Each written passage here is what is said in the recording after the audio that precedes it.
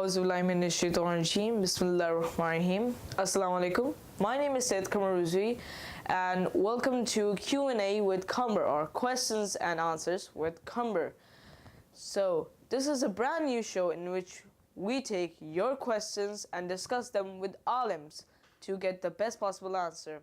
So our today's topic is Usuluddin, and today we are joined by Maulana Syed Amin Jafri. Assalamu alaikum. Wa alaikum assalam wa rahmatullah. How are you today? Not bad, alhamdulillah. How are you? I'm good. Right. So would you tell a little about yourself to the viewers at home? Sure. I'm originally from Pakistan and migrated to US to study. Then after spending few years in US, about 9 years, moved to Canada, spent about 7+ years here, finished my studies in MIS, just to mention, and then worked there, and then worked in Canada for a few years, and then decided to go to Qaim to study the beautiful religion of Islam. And now we are back again in Canada, and inshallah we'll do some tabligh here. MashaAllah. So as I said earlier, our today's topic is Usuluddin. But first, we should talk about Imam Hussain al-Islam as a whole, such a divine being that was sacrificed in the month of Muharram. So a little insight about Imam Hussain al-Islam by Maulana Syed Amin Jafri. Bismillah. Imam Hussain al-Islam, as we know, is the son of Imam Ali al-Islam and Hazrat Fatima salamullah alayha. When Imam Hussain was born, Rasul Akram came and asked Janab Fatima to give Imam Hussain to him. And then he started crying after.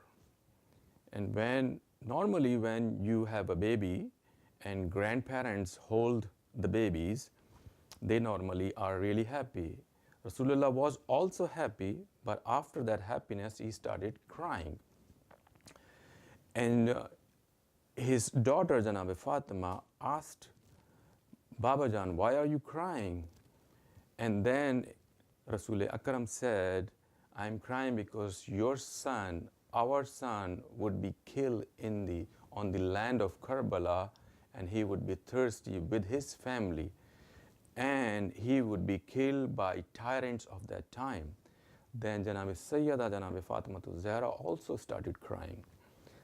So then Janab Sayyada Fatima Zahra asked, would he be killed alone? Would he be all alone himself? Would there be nobody to help him? Would you be not there? Would Imam Ali not be in Karbala to support my son? And then Rasul said, yes, no, I wouldn't be here, neither Ali would be there. So Imam Hussain ﷺ from the day one was very important figure, and not even then, before even that, prophets went through the land of Karbala, and they were also told about the importance and the greatness of Karbala. And all of them cried for Karbala. All of them cried for the event in Karbala on Imam Hussain and his companions. So Imam Hussain, one of the hadiths from Rasul Akram, when even Imam Hussain was a child, Imam Hussain was given the beacon of guidance. Bismillah ar-Rahman ar-Rahim. Rasul Akram said, Innal Hussain misbahul huda wa safinatun nijat. Meaning, this Hussain, even Imam Hussain was a child then, this Hussain is the beacon of guidance, charagh hidayat, and misbahul huda safinatun nijat, and the boat, the ship where people would save their lives into this ship, similar to like ship of Noah alayhi salatu wasalam, kashti Nuh ki tarah. Imam Hussein's status in the history is very, very high. And now we have to think, why did Imam Hussain go to Karbala? What was such an important thing that he had to sacrifice not only his life, but his kids, his companions, his family members? Now we understand the immense status and importance of Imam Hussain in the history of Islam, in the history of humanity, standing up against the might of Yazid. Now we need to understand so many other things. Why we have Karbala? Why do we commemorate and we quit everything in our life? We put everything on low priority, and Muharram becomes the high priority item. So we have to understand the importance of Imam Hussain and his role to save Islam. Imam Hussain alayhi salam, such a divine being, which was just emphasized by our Maulana. We have to understand why did he sacrifice himself for Islam. And to understand that, we first have to go to the basics. Because if you do not know the basics of Islam, then we cannot truly and fully understand why Imam Hussain alayhi salam sacrificed himself for Islam. Which is why the reason that our topic today is Usul-e-Din. So, let's start with Tawheed. Why is there not more than one God? Sure. Before we get into the main topic, I like to build a very simple foundation, inshallah, so we can understand our future points clearly. Number one is our existence, me, you, or any human being. We are made of certain things. We are made of body and soul, two main elements. Just like the mobile phones you use, the laptops you use, it has software and it has hardware into it. And software and hardware, they work together. If you leave one behind, the second one won't work. Yes. Your laptops is plastic and metal. It doesn't have software, it's useless. Similarly, these light bulbs, if you switch the light bulb off and there's no power, there's no electricity, this is just glass and metal, nothing else. Our human body is flesh and bones and organs and other things. So once we have soul inside, this system works. And if the soul is gone, then system is useless, is paralyzed, and it goes into the grave and becomes part of the recycling. This issue is very important. Our future questions would be depending on this one of the issue, that we are made of soul and body, number one. Number two is, we are in this world, we think sometimes, most of the times actually, that we are going to be living here forever. And once, as a sensible person with very basic IQ, if you see my father, his father, and grandparents, they had lived in this world and gone. So basically, we are in this world temporarily. We are going to be living here for certain amount of years. Actually, according to Quran, it's not the calendar that we use nowadays. It's a recent invention.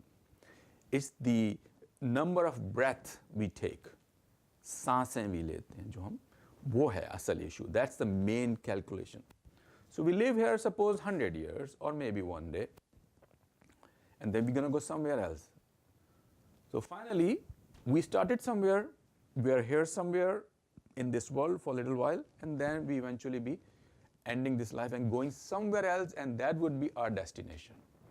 So human body is made of two things. We are here in this world temporarily, and eventually we'll be heading somewhere else. Now you can repeat your question. Yes.